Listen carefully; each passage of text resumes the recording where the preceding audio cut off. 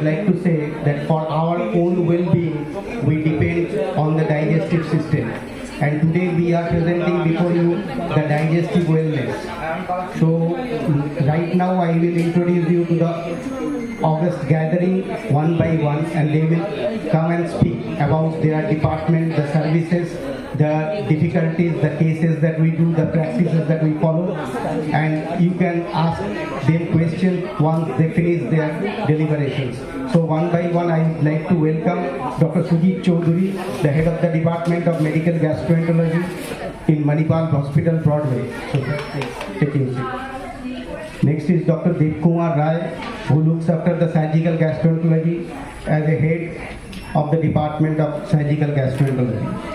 Next, Dr. Sudipto Ghosh, and who also is a senior consultant in the Department of Medical Gastroenterology. Then next is Dr. Kushan. I will request you to please come over here and take the chair.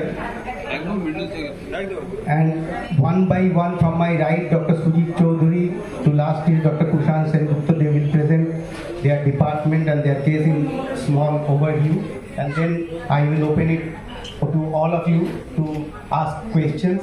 And before the question answer session, we would inaugurate the digestive wellness booklet also, a tribute to all of you from the Department of Gastroenterology. So it's over to you, sir.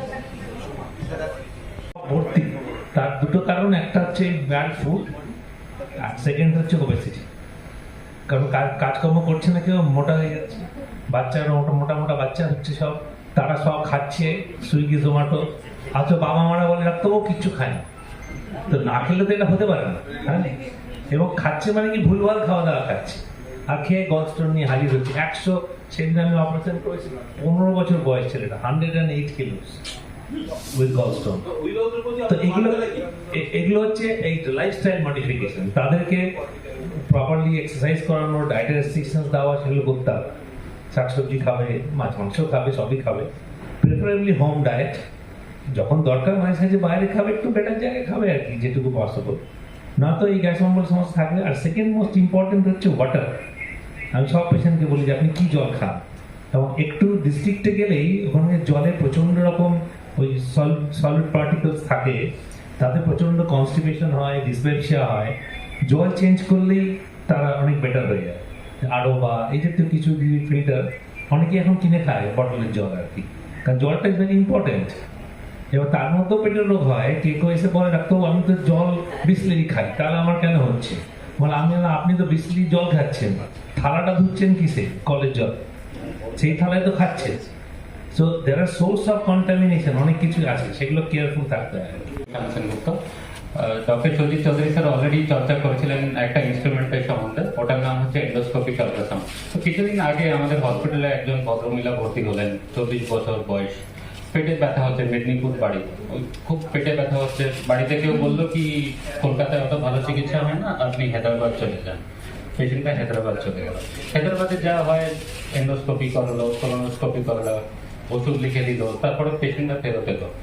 কিন্তু পেটের ব্যথাটা আর সারলো না, পেটের ব্যথাটা ধীরে ধীরে ধীরে ধীরে বেড়েই যাচ্ছিল।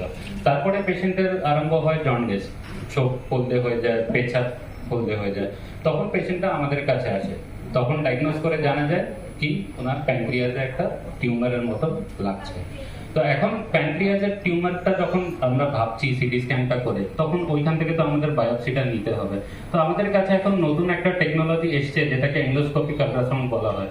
তো আপনারা তো এখন সবাই যুদ্ধর নিউজটা শোনেন, যেমনি এয়ারক্রাফট হয়, শিপ হয়, একটা সাবমারিন করে একটা জিনিস হয়, যেটা আপনারা শুনেছেন বোধহয়। তো সাবমারিনে কি হয়, সাবমারিন সাউন্ড ওয়েভস তৈরি করে। ওই সাউন্ড ওয়েভসটা যেটা আছে কাছের কোনো শিপ থেকে এসে আবার রিফ্লেক্ট করে, সেটা দিয়ে সাবমারিন জানতে পারে কি আশেপাশে কোনো শিপ ঘুরছে। ঠিক সেইভাবে এন্ডোস্কোপিক আল্ট্রাসাউন্ডে আমরা কি করি, একটা ছোট্ট টিউব থাকে, টিউবটা যেটা এন্ডোস্কোপ থাকে, তার উপরে একটা আল্ট্রাসাউন্ডের প্রোব থাকে। আল্ট্রাসাউন্ডের প্রোবটা সাউন্ড ওয়েভ তৈরি করে, সাউন্ড ওয়েভটা গিয়ে যে আশেপাশের অর্গানগুলো আছে, যেমনি আপনার লিভার হলো, পিত্তের থলি হলো, প্যানক্রিয়াস হলো, এইগুলোকে বেশি ভালো করে দেখতে পারে। এবং এইখানে যদি কোনো টিউমার থাকে সেখান থেকে বায়োপসি নিতে পারে। ওই পেশেন্টের আমরা বায়োপসি নিতে পারলাম, আর তারপরে পেশেন্টের সার্জারি হতে পারলো। তো এই টেকনোলজিগুলো আগে ছিল না, এত ভালো টিস্যু অ্যাকুইজিশন হতে পারতো না। তো এখন এন্ডোস্কোপিক আল্ট্রাসাউন্ড আসবার পরে প্যানক্রিয়াস থেকে হোক বা পিত্তের নালীর থেকে হোক, পিত্তের থলির থেকে হোক, লিভার থেকে হোক, এখান থেকে টিস্যু অ্যাকুইজিশন খুব ভালো হয়ে গেছে। তার সাথে সাথে অনেকবার পেশেন্ট যাদের প্যানক্রিয়াটাইটিস হয় তাদের প্যানক্রিয়াসের কাছে পাস জমে যায়, সেই পাসটাকে ড্রেন করতে গেলেও আমরা এন্ডোস্কোপিক আল্ট্রাসাউন্ড দ্বারা ওইখানে একটা মেটাল স্ট্যান্ড করে ওই পাসটাকে ড্রেন করতে পারি। কোনো পেশেন্ট যাদের ক্ষুদ্রান্ত বন্ধ হয়ে গেছে, যাদের খাবারটা নিচের দিকে যেতে পারছে না, আগে ওদের বড় একটা সার্জারি, মেজর সার্জারি দরকার পড়তো, কিন্তু এখন এন্ডোস্কোপিক আল্ট্রাসাউন্ডে কি হয় কি আমরা পেট থেকে ক্ষুদ্রান্ত ডাইরেক্ট একটা কমিউনিকেশন করে দিতে পারি, যেটা থেকে পেশেন্টটা খাবার খেতে লাগে। তো আমি ওই এন্ডোস্কোপিক আল্ট্রাসাউন্ডের সম্বন্ধেই বলতে চাইছিলাম, আর আমি এখন ডক্টর দেবকুমার রায় স্যারকে বলবো। করা হয়।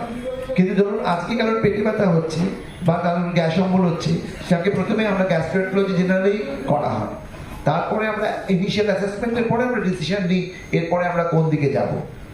আর দেখুন আইবিএস যেটা, সেটা তো আসলে হচ্ছে জানেন নামই হয়ে গেছে এখন disorder of brain gut Axis থেকে। আর আগে ব্রেন গাট অ্যাক্সিস ছিল, এখন গাট ব্রেন অ্যাক্সিস হয়ে গেছে। মানে আমাদের এইটা This is just an interaction.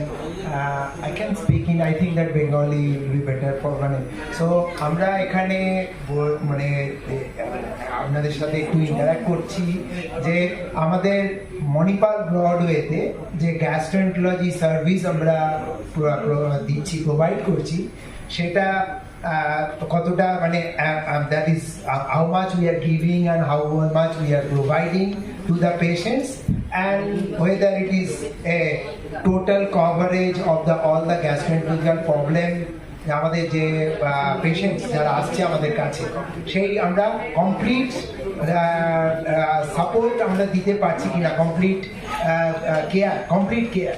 তো আমাদের গ্যাস্ট্রোএন্টারোলজি সার্ভিসের মধ্যে আমরা রুটিন যে সার্ভিস আছে সেগুলো তো আমরা ডেফিনেটলি পেশেন্ট কেয়ার হিসেবে দিচ্ছি। কিভাবে পেশেন্ট যখন ইনডোর কেয়ার, পেশেন্ট ভর্তি হচ্ছে তাদের কেয়ার দিচ্ছি। এবার তার জন্য যে ফেসিলিটিস লাগে আমাদের প্রোভাইড করার জন্য, রুটিন ফেসিলিটিস হচ্ছে এন্ডোস্কোপিক সার্ভিস, সেগুলো সমস্ত জায়গাতেই ইউজুয়ালি একটা স্ট্যান্ডার্ডে আমরা প্রোভাইড করি। সেটা হচ্ছে endoscopy, colonoscopy, this is call diagnostic procedure. আর আমাদের থেরাপিউটিক প্রসিডিওরস মানে যা যা আমরা ট্রিটমেন্ট করছি via endoscopy, by endoscopy, that is endoscopy, therapeutic endoscopy. তার মধ্যে ইম্পর্টেন্ট হচ্ছে আমরা থেরাপিউটিক ইআরসিপি সব জায়গাতেই হয়, এবং সব বড় মাল্টি স্পেশালিটি হসপিটালে এই সার্ভিসটা দেওয়ার is a part of the gastrointestinal care. কিন্তু আরো স্পেশাল কিছু আমরা কেয়ার একটু আছে, তার মধ্যে আমরা অনেক পেশেন্টের আমরা ডিসঅর্ডারস আছে, কিন্তু সেটা ওই এন্ডোস্কোপিক সার্ভিসে আমরা ভালো করে বুঝতে পারি না। তখন আমরা কোনো ফাংশনাল অ্যাবনর্মালিটি আছে কিনা, স্ট্রাকচারটা নর্মাল আছে, তখন আমরা মোটিলিটি স্টাডি করি। তো আমরা এই ব্রডওয়েতে অনেক দিন ধরেই, ব্রডওয়ের আগে যে হসপিটাল মানে আমাদের মানে ছিল, তখন থেকে আমরা মোটিলিটি স্টাডি করি। তার মধ্যে আমরা গল ব্যাগটাই বের করি, ব্লাডেরটাকে। এখন সেগুলো বেরিয়ে গেলে আর সিমটম হওয়ার কথা, অন্য কোনো সিমটম হতে পারে। মেজরিটি একটা মিক্স চলে, সেটা হচ্ছে যে গর্ভের অপারেশন পর আমার গ্যাস হয়ে গেছে, সেটা একটু ঠিক নয়। পেশেন্টরা সাপোর্ট করা সব বাউল মুভমেন্ট হয় না, তার জন্য বেশি রেসপেক্ট আর অ্যাকচুয়ালি গর্ভে চলে গেলে আমরা কিছু মিস করি। গর্ভের যে ফাংশন শুধু স্টোরেজ অফ বাইল, তখন ডাইরেক্ট বাইল সাপ্লাই হওয়ার কিছু হওয়ার কথা না।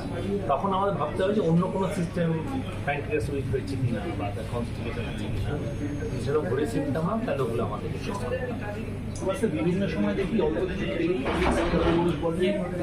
গ্যাস হয়ে গেছে, সেক্ষেত্রে যে কোনো ওষুধ দোকানে না, এইটা নিয়ে আমার বলার আছে। আমরা জটিল কিছু হতে পারে, হ্যাঁ হতে পারে। আমরা মুড়ির মতো এইসব ওষুধপত্রগুলো খাই, আমরা পিপিআই বলি, এগুলো ব্র্যান্ড নাম বলতে পারবো না। এগুলো মুড়ির মতো হ্যাবিট হয়ে যায়, যেটা না খেলে ঘুম হয় না, এরকম একটা ব্যাপার। তো সিলেটিভ তো নয় এটা। আর অ্যাসিডটা আমাদের দরকার, কারণ আমরা এই যে এত ব্যাকটেরিয়া ভাইরাস ফলো করছি regular basis. First portal of entry হচ্ছে স্টমাক। স্টমাকের acid it kills all those parts. এবার আমরা যদি কমপ্লিট স্টমাকটাকে, ওটা কি করছে, অ্যাসিড সাপারেশন করছি। তো স্টমাক অ্যাসিডটাকে আমরা যদি সারাক্ষণ ওই ওষুধ খেয়ে দমন করে রাখি, তাহলে তো আমাদের ফার্স্ট যে ডিফারেন্ট সিস্টেমটা চলে গেল। এবার তো সব যত খাচ্ছি ব্যাকটেরিয়া ভাইরাস স্টমাক থেকে ওর ইন্টেস্টিনে চলে যাবে। আচ্ছা, ইটস এ ব্যাড হ্যাবিট। বরঞ্চ আমি সাজেস্ট করি তাদেরকে যদি সেরকম অসুবিধা হয় তখন একটু বিয়ে বাড়ি খেয়েছে কিছু টাইপের আছে liquid antacid better temporary but PPI গুলো মুড়ি মুড়কির মতো রোজ খেয়ে দেওয়াটা ঠিক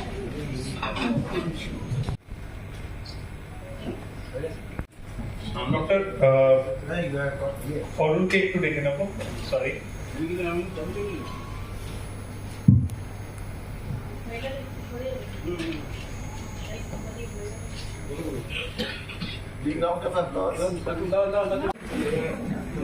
গ্যাস অম্বল একটা সবারই কিছু না কিছু আছে গ্যাস অম্বল যদি না হয় তার জন্য আপনাদের কি বক্তব্য